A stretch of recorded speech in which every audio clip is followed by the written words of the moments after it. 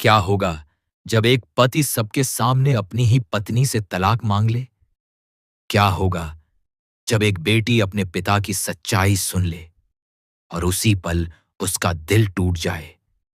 और अगर यह सब एक बहुत बड़े प्लान का हिस्सा हो तो आज की कहानी में रिश्तों का ऐसा खेल शुरू होने वाला है जहां प्यार, गुस्सा, धोखा और साजिश सब एक साथ नजर आएंगे।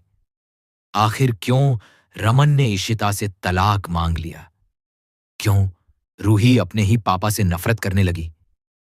और क्या सच में यह सब सिर्फ एक चाल है? चलिए जानते हैं इस कहानी में आगे क्या। जब रमन और शगुन वहां से जाने लगते हैं तभी शगुन मन ही मन सोचने लगती है कि रमन इशिता को इतनी बड़ी मुसीबत में छोड़कर यहां कैसे आ गया।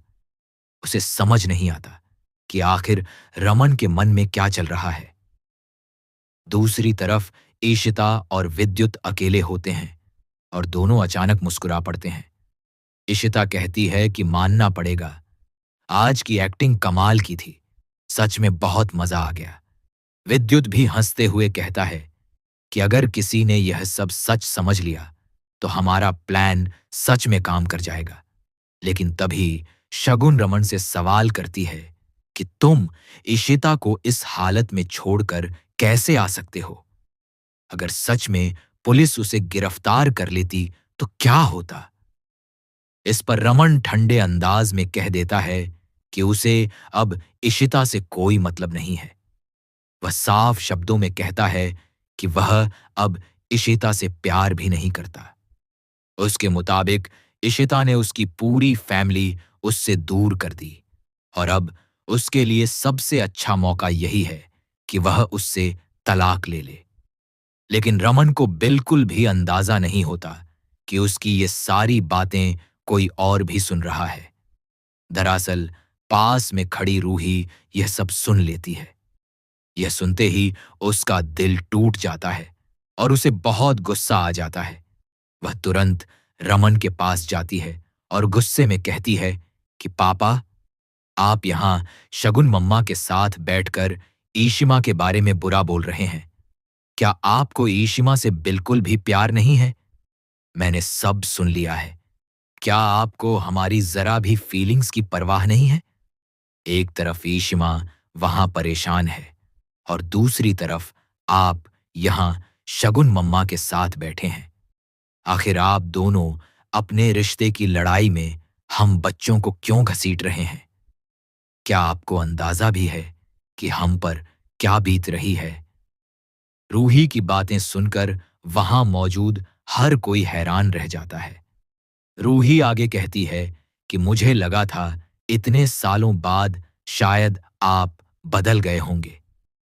मुझे लगा था कि अगर आप दोनों कुछ समय अलग रहेंगे तो शायद सब ठीक हो जाएगा।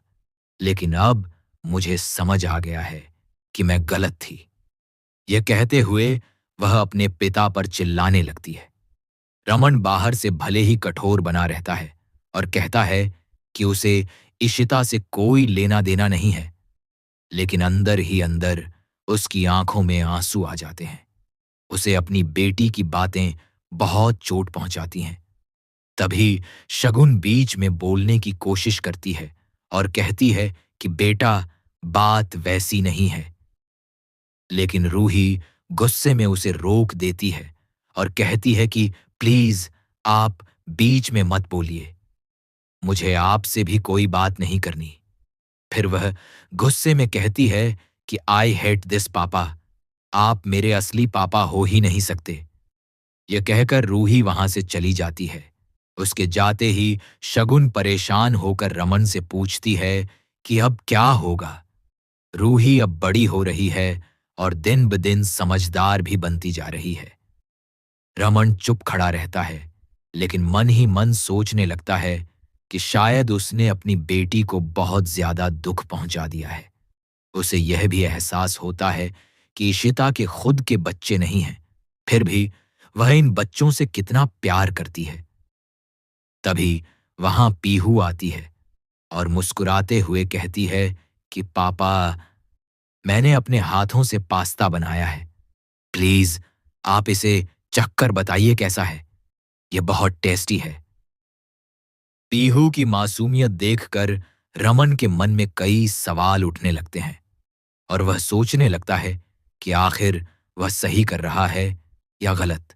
उधर दूसरी तरफ आदि और आलिया एक रेस्टोरेंट में डेट पर बैठे होते हैं।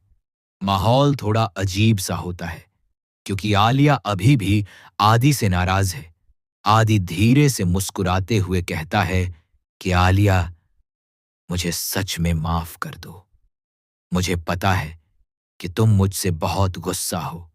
आज मैंने अपने सारे फोन कॉल बंद कर दिए हैं ताकि मैं सिर्फ तुम्हारे साथ समय बिता सकूं। हम दोनों आराम से बैठकर बातें करेंगे और आज का दिन अच्छा बनाएंगे। लेकिन तभी अचानक आदि का फोन बज उठता है। आलिया तुरंत चिढ़कर पूछती है कि अब ये कॉल कहां से आ गई? अभी तो तुमने कहा था कि सारे कॉल बंद कर दिए हैं। आदि फोन देखकर कहता है कि यह रूही की कॉल है। शायद कोई जरूरी बात हो। मैं बस 1 मिनट में बात करके आता हूं। यह सुनकर आलिया और ज्यादा नाराज हो जाती है लेकिन कुछ नहीं कहती। उधर आदि फोन उठाता है और रूही घबराई हुई आवाज में बताने लगती है कि पापा अभी भी ईशिमा के खिलाफ बातें कर रहे हैं और तलाक की बात बार बार दोहरा रहे हैं। लेकिन रेस्टोरेंट का शोर इतना ज्यादा होता है कि आदि को ठीक से कुछ सुनाई नहीं देता। वह फोन पर बात करते हुए टेबल से उठने की कोशिश करता है और उसी समय उसका हाथ टेबल से टकरा जाता है। अगले ही पल सारा खाना सीधे आलिया के ऊपर गिर जाता है। यह देखकर वहां बैठे लोग भी उन्हें देखने लगते हैं। आलिया को बहुत शर्मिंदगी महसूस होती है और उसका गुस्सा अब 7वें आसमान पर पहुंच जाता है। उसे लगता है कि आदि को उसकी बिल्कुल भी परवाह नहीं है।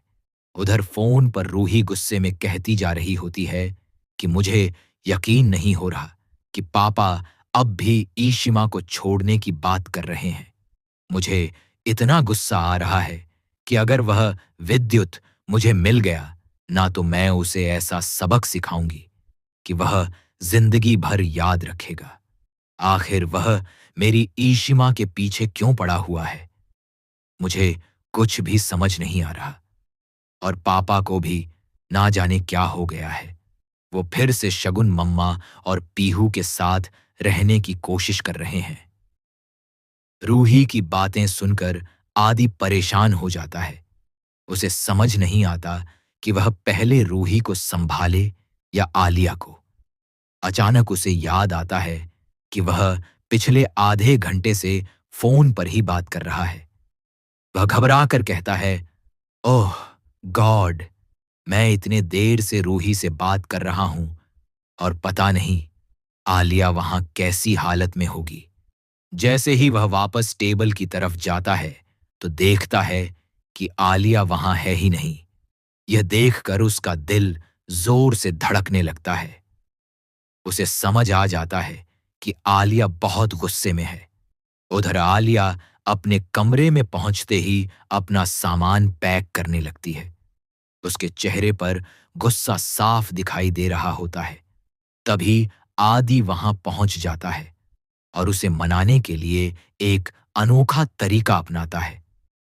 वह एक छोटा सा खिलौना हवाई जहाज निकालता है जिस पर बड़ा सा सॉरी लिखा होता है और उसे आलिया की तरफ उछाल देता है।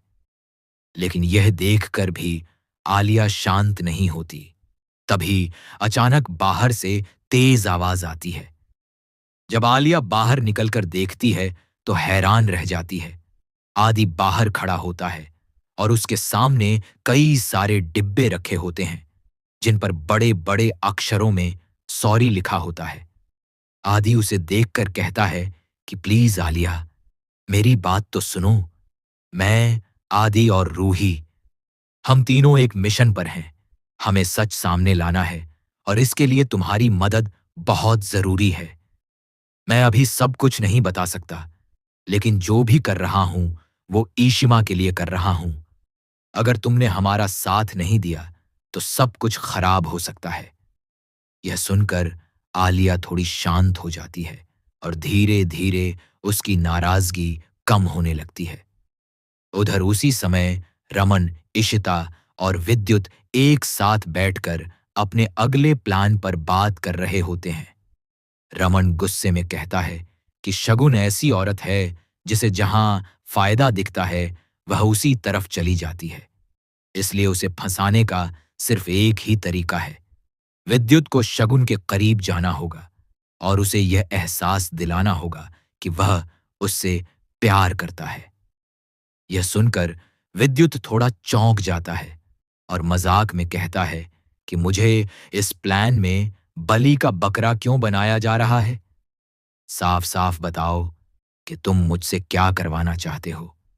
तब रमन पूरी योजना बताता है और कहता है कि अगर शगुन को लगेगा कि कोई और उसे चाहता है तो वह जरूर लालच में आएगी और उसी वक्त उसकी सच्चाई सामने आ जाएगी। ईशिता थोड़ी घबराई हुई आवाज में कहती है कि लेकिन हमारे पास कोई पक्का प्लान तो है ही नहीं, अगर कुछ गलत हो गया तो? तभी रमन आत्मविश्वास से कहता है कि सब ठीक होगा। विद्युत को बस शगुन के सामने प्यार का नाटक करना है। विद्युत मुस्कुराकर कहता है कि यह तो मेरे बाएं हाथ का खेल है, लेकिन मुझे डर है कहीं मैं सच में इस नाटक में ज्यादा आगे ना निकल जाऊं। इतना कहते ही वह तुरंत अपना फोन निकालता है और शगुन को मैसेज भेज देता है। मैसेज में वह उसे डेट पर मिलने के लिए बुलाता है और हैरानी की बात यह होती है कि शगुन तुरंत उस डेट के लिए हां भी कर देती है। यह देखकर रमन गहरी सांस लेता है और कहता है कि पता नहीं यह कैसी औरत है।